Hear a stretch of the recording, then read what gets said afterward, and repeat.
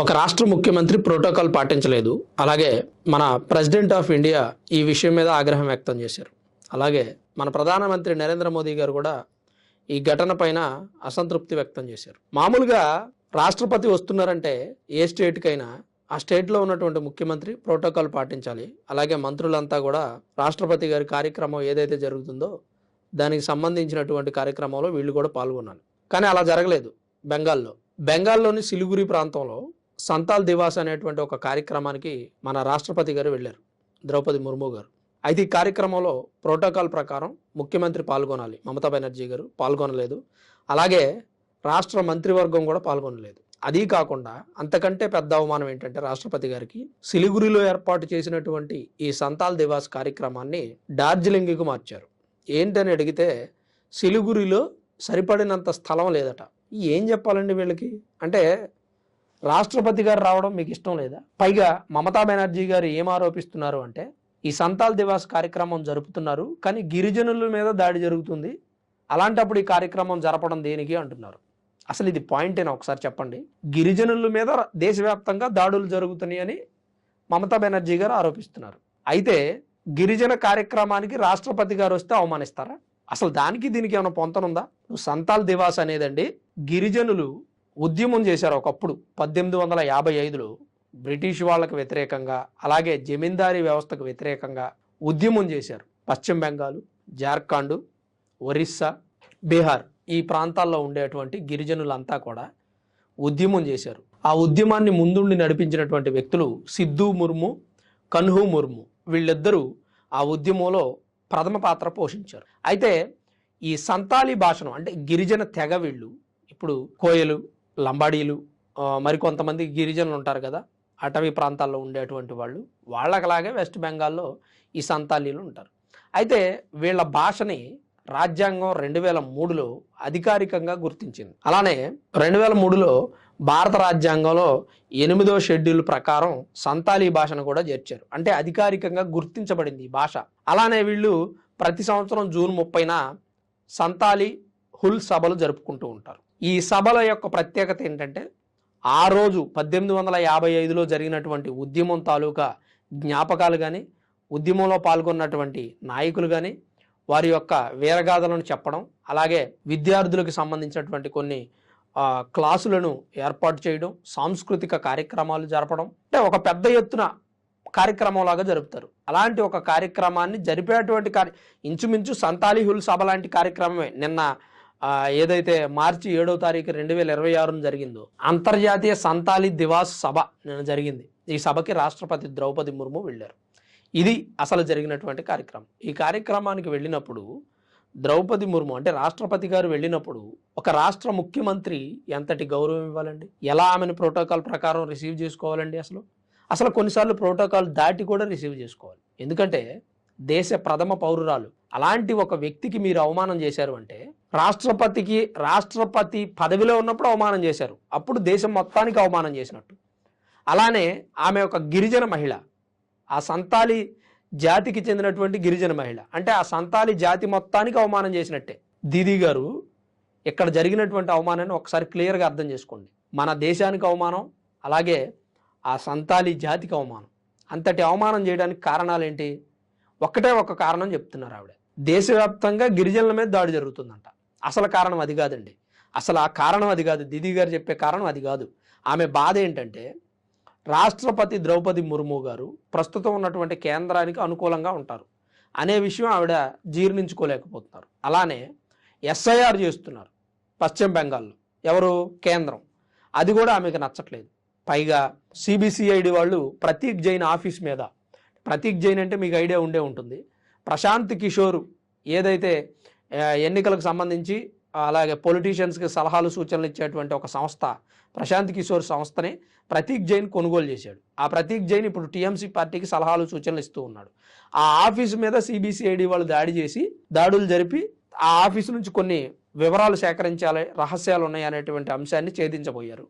మమతా బెనర్జీ గారు దాన్ని అడ్డుకొని అక్కడ ఉన్నటువంటి ఎలక్ట్రానిక్ డివైజులు కానీ, ఫైళ్లు కానీ, ఆధారాలతో సహా మొత్తం ఎత్తుకెళ్ళిపోయారు. ఆ రోజు పెద్ద నానా రాద్ధాంతం జరిగింది. ఇలాంటి అంశాలను దృష్టిలో పెట్టుకొని ద్రౌపది ముర్ము గారి మీద పగ సాధిస్తున్నారు. ఏం సాధిస్తారండి? పగ సాధించి ఎవరికి ఉపయోగం? పగ సాధించి ఇప్పుడు దీదీ గారు ఏం చెప్తారంటే దేశవ్యాప్తంగా గిరిజనుల మీద దాడి జరుగుతుంది అంటున్నారు.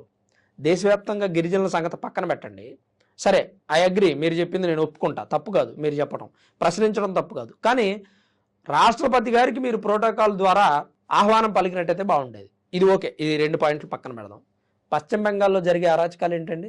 మీ పార్టీకి సంబంధించినటువంటి ఒక వ్యక్తి మీరు అఫ్కోర్స్ సస్పెండ్ చేశారు, కానీ అతను ఏం చేస్తున్నాడండి? బాబ్రీ మసీదు కడతాడా? హుమయూన్ కబీర్ అతని పేరు, టీఎంసీ నుంచి బహిష్కరించబడినటువంటి ఎమ్మెల్యే బాబ్రీ మసీదు కడతా అంటున్నాడు. మరి మీరు ఎందుకు అడ్డుకోవట్లేదండి? మీరు ఎందుకు బయటకు వచ్చి చెప్పలేదండి ఇప్పటివరకు? సరే, అది కూడా పక్కన పెడదాం, ఆ విషయాన్ని కూడా లైట్ తీసుకుందాం. పశ్చిమ బెంగాల్లో ఇటీవల జరిగినటువంటి సందేశ్ కలి ఘటన, నార్త్ 24 పరగనాస్ జిల్లాలో జరిగినటువంటి సందేశ్ కలి ఘటన గురించి ఏం చెప్తారండి? ఆ గ్రామంలో సందేశ్ కలి అనేటువంటి గ్రామంలో ఉన్న మహిళలందరి మీద మీ పార్టీకి సంబంధించినటువంటి షేక్ షహజాన్ అనే వ్యక్తి, అలాగే షేక్ నజీర్, ఇంకా కొంతమంది సమూహం కలిసి ఆ మహిళల మీద అత్యాచారం చేసి, హత్యలు చేసి ఆ విషయాన్ని బయటికి రాకుండా చేశారు. ఇప్పటికీ అతను బెయిల్ మీద తిరుగుతున్నాడు, జైల్లోనే ఉన్నాడు. మరి సందేశ్ కలి ఘటన గురించి ఎందుకు చెప్పరండి? గిరిజనుల మీద దాడులు జరుగుతున్నాయి, ఓకే, మీరు చెప్పింది మణిపూర్ ఇన్సిడెంట్ అవ్వచ్చు, ఇంకోటి ఏదైనా అవ్వచ్చు. మణిపూర్ ఇన్సిడెంట్లో జరిగింది ఏంటండి? కొండ మీద ఉండే వాళ్ళకి కింద ఉండే వాళ్ళకి గొడవలు, దాన్ని మీరు వేరేలాగా మార్చారు. కొంతమంది ప్రబుద్ధులు మతానికి లింక్ పెట్టారు, దాన్ని వేరే విషయం. మేబీ మతం కూడా అందులో ఒక భాగం అయి ఉండొచ్చు, కానీ పూర్తిగా మతం కాదు. మరి ఈ సందేశ్ కలి ఘటన మీద మీరు ఎందుకు మాట్లాడలేదండి? బెంగాల్లో జరుగుతున్నటువంటి అరాచకాల మీద ఎందుకు మాట్లాడలేదండి? బెంగాల్లో చొరబడుతున్నటువంటి చొరబాటుదారుల గురించి మీరు ఎందుకు మాట్లాడలేదండి? బెంగాల్లో అక్రమంగా ఉన్నటువంటి 1.5 అక్రమ వలసదారుల పరిస్థితి ఏంటండి?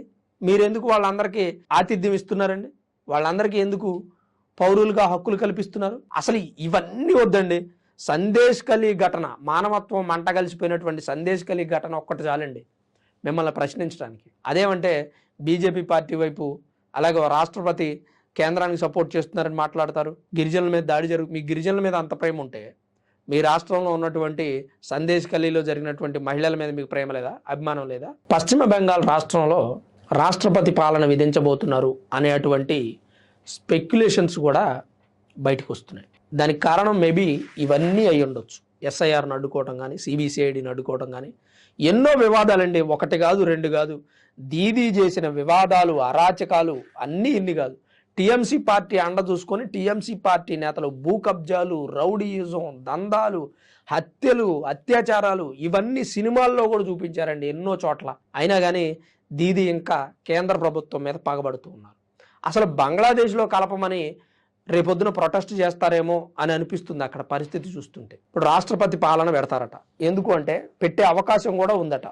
దానికి కారణం మేబీ బెంగాల్లో జరిగేటువంటి అనేక రకాల కార్యక్రమాలు అవ్వచ్చు, లా అండ్ ఆర్డర్ అదుపు తప్పిపోవడం అవ్వచ్చు. ఇప్పుడు బెంగాల్ గవర్నర్గా ఆనంద్ బోస్ రాజీనామా చేశారు, కొత్త గవర్నర్గా ఆర్ఎన్ రవి, ఇంతకుముందు తమిళనాడు గవర్నర్గా ఉన్నారు ఆయన, ఇప్పుడు ఆయన బెంగాల్కి గవర్నర్గా వెళ్ళబోతున్నారు.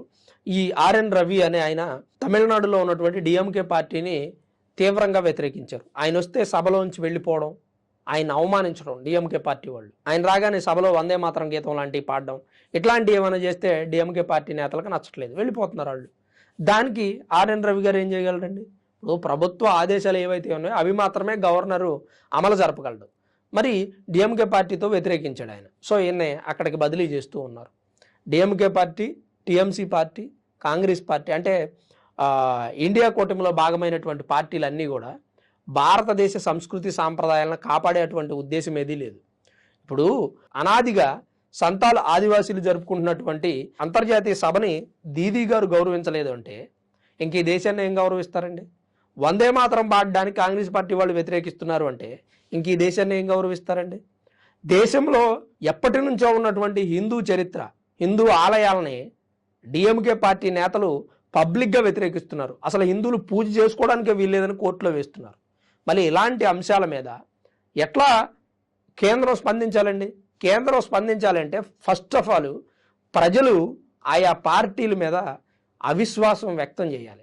ఆ ప్రజలు ఆ పార్టీలని నమ్మకూడదు. ఫస్ట్ ఆఫ్ ఆల్ తమిళనాడులో క్రిస్టియన్స్ ఒక్కళ్ళే లేరు కదండి, ముస్లిమ్స్ ఒక్కళ్ళే లేరు కదా, హిందువులు కూడా ఉన్నారు కదా. క్రిస్టియన్స్, ముస్లిమ్స్కి, సెక్యులర్స్కి మాత్రమే స్టాలిన్ ముఖ్యమంత్రి కాదు కదండి, హిందువులకు కూడా ముఖ్యమంత్రే కదా, మాట్లాడాలి కదా హిందువుల తరపున.